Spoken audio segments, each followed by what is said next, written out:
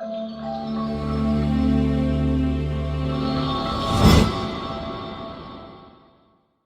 back to the channel. My name is Ryan, and today we are discussing the matchup between Florida State and Georgia. This matchup is going to be very important, of course, because these are the two teams that did not make the playoffs. These are two teams that had an opportunity to, and they messed up their chance. I guess that's the best way of saying it. But sometimes the committee just did not think they would deserve the spot. The main one I think that probably deserved it but didn't was Florida State because of everything. They were undefeated and all that. But Georgia also had their chance, and if Georgia would have won, they would have been into. So this matchup would have been there pretty much no matter what. So yeah, this is the Orange Bowl. It's going to be played on December 30th, which is this Saturday. Hopefully, it'll be a good game. Of course, we always hope for the best games. It's at 4 p.m. And now let's discuss a bit how this game is going to probably go. Tate Rodemaker, letting you know this, he is entering the transfer portal, so he will not be playing in this game, which is huge. I know a lot of people would be like, look at this match and be like, okay, this would be like if Florida State was in the playoffs. This is what it would be like. Not necessarily that, because Tate Rodemaker would have actually been the quarterback in a situation, but he's not, so they're rocking at the third string, which is going to be very tough against this team.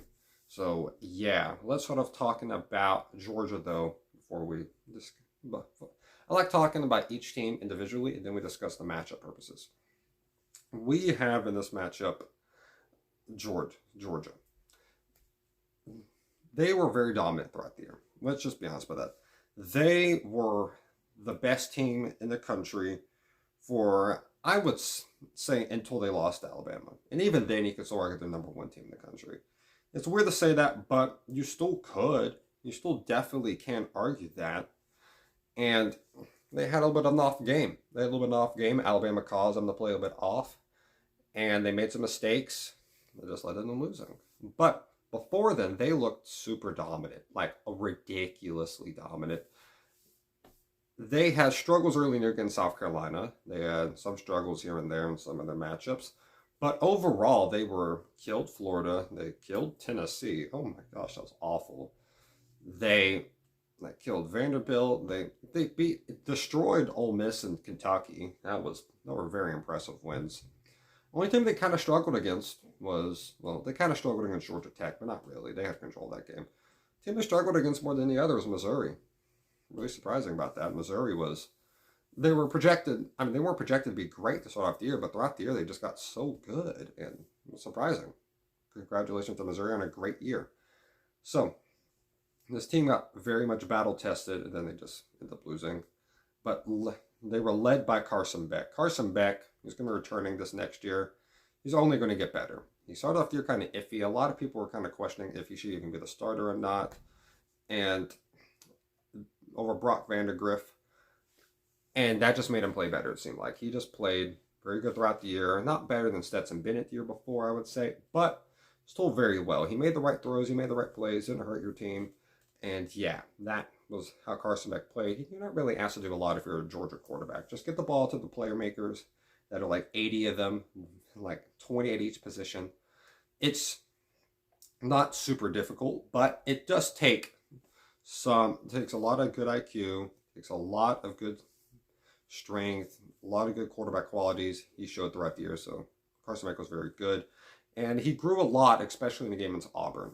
I'd say that was the main thing. That was the main game I saw him make a lot of improvement. And he realized that we don't have to throw the ball to everyone. We don't just have to go slinging it around to everyone. Give the ball to your best guy. When the game's on the line, who do you need to go to?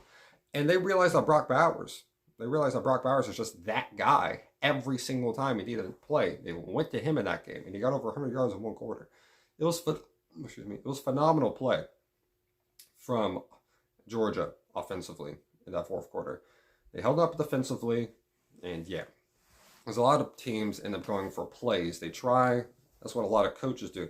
They go for plays, but sometimes you got to go for the players. Just go to the guy who's the best on your team, and that was Brock Bowers. But then he got hurt throughout the year. And they didn't miss a beat really at all. Adam McConkey had a back problem. They didn't really miss a beat without him. They had some problems here or there, but they found a lot of other good players. He had a lot of good running back play throughout the year. The run game was good, mainly because the offensive line was phenomenal. They were very good.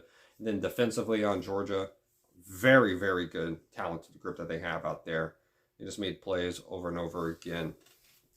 And the pass rush, they had a little bit of a slower start defensively than normal, but especially in games, they had slow starts. They always had a lot of touchdowns, opening up games. Only team that really didn't do that in the SEC was against Kentucky and Alabama. The outcomes were very different in those two games.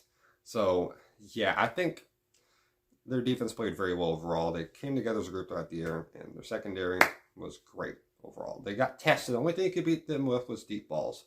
And a lot of teams couldn't test that. A lot of teams did not have the strength to test that. But that's why Missouri gave them problems because of that. They're able to extend the field and extend the plays and all that. But one thing about Georgia that's to mention that a lot of people don't mention is that the kicker that they've had improved heavily. Great job, the kicker. He started off the year terrible, then he improved heavily. So good job for him.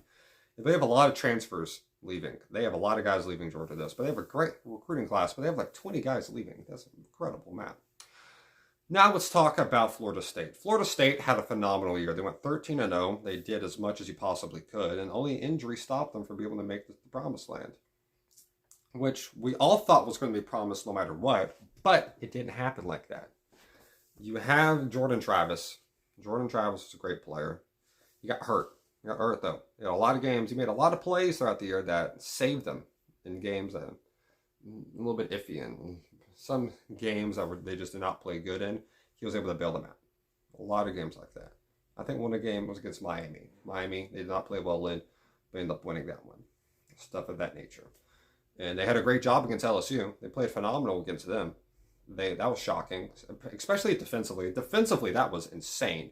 Seeing what Florida State could do defensively, led by Jared Verse, the D lineman number 5 for Florida State, that was phenomenal. Holding LSU to 24 points does not get noticed enough.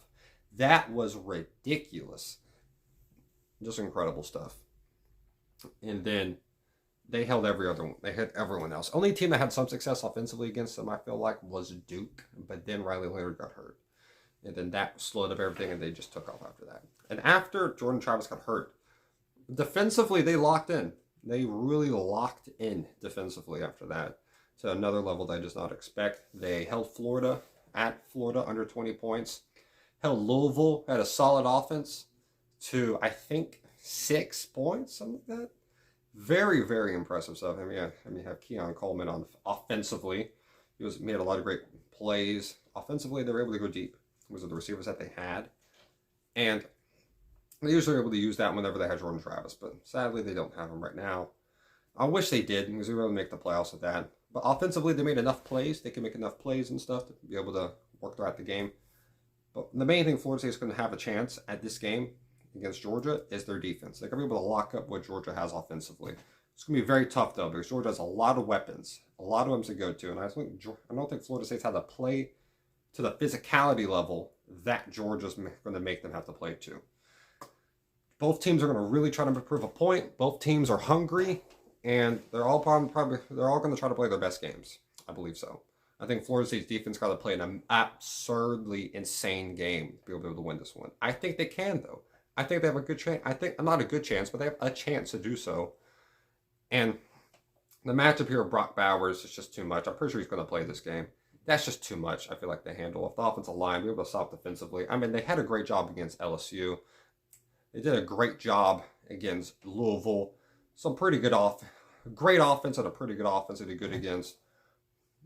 But the physicality that Georgia can go with, I think, might overpower them. Especially the offensive line. Carson Beck's going to have probably a decent amount of time. Jared Verse and their D-line group can probably get in on some of these plays. I'm not sure how consistently they're going to do that, though. And I'm more worried about Florida State's offense. I don't know if they can score. I really don't know against this team. Louisville's not a bad defense. They're not bad. But they ain't no Georgia.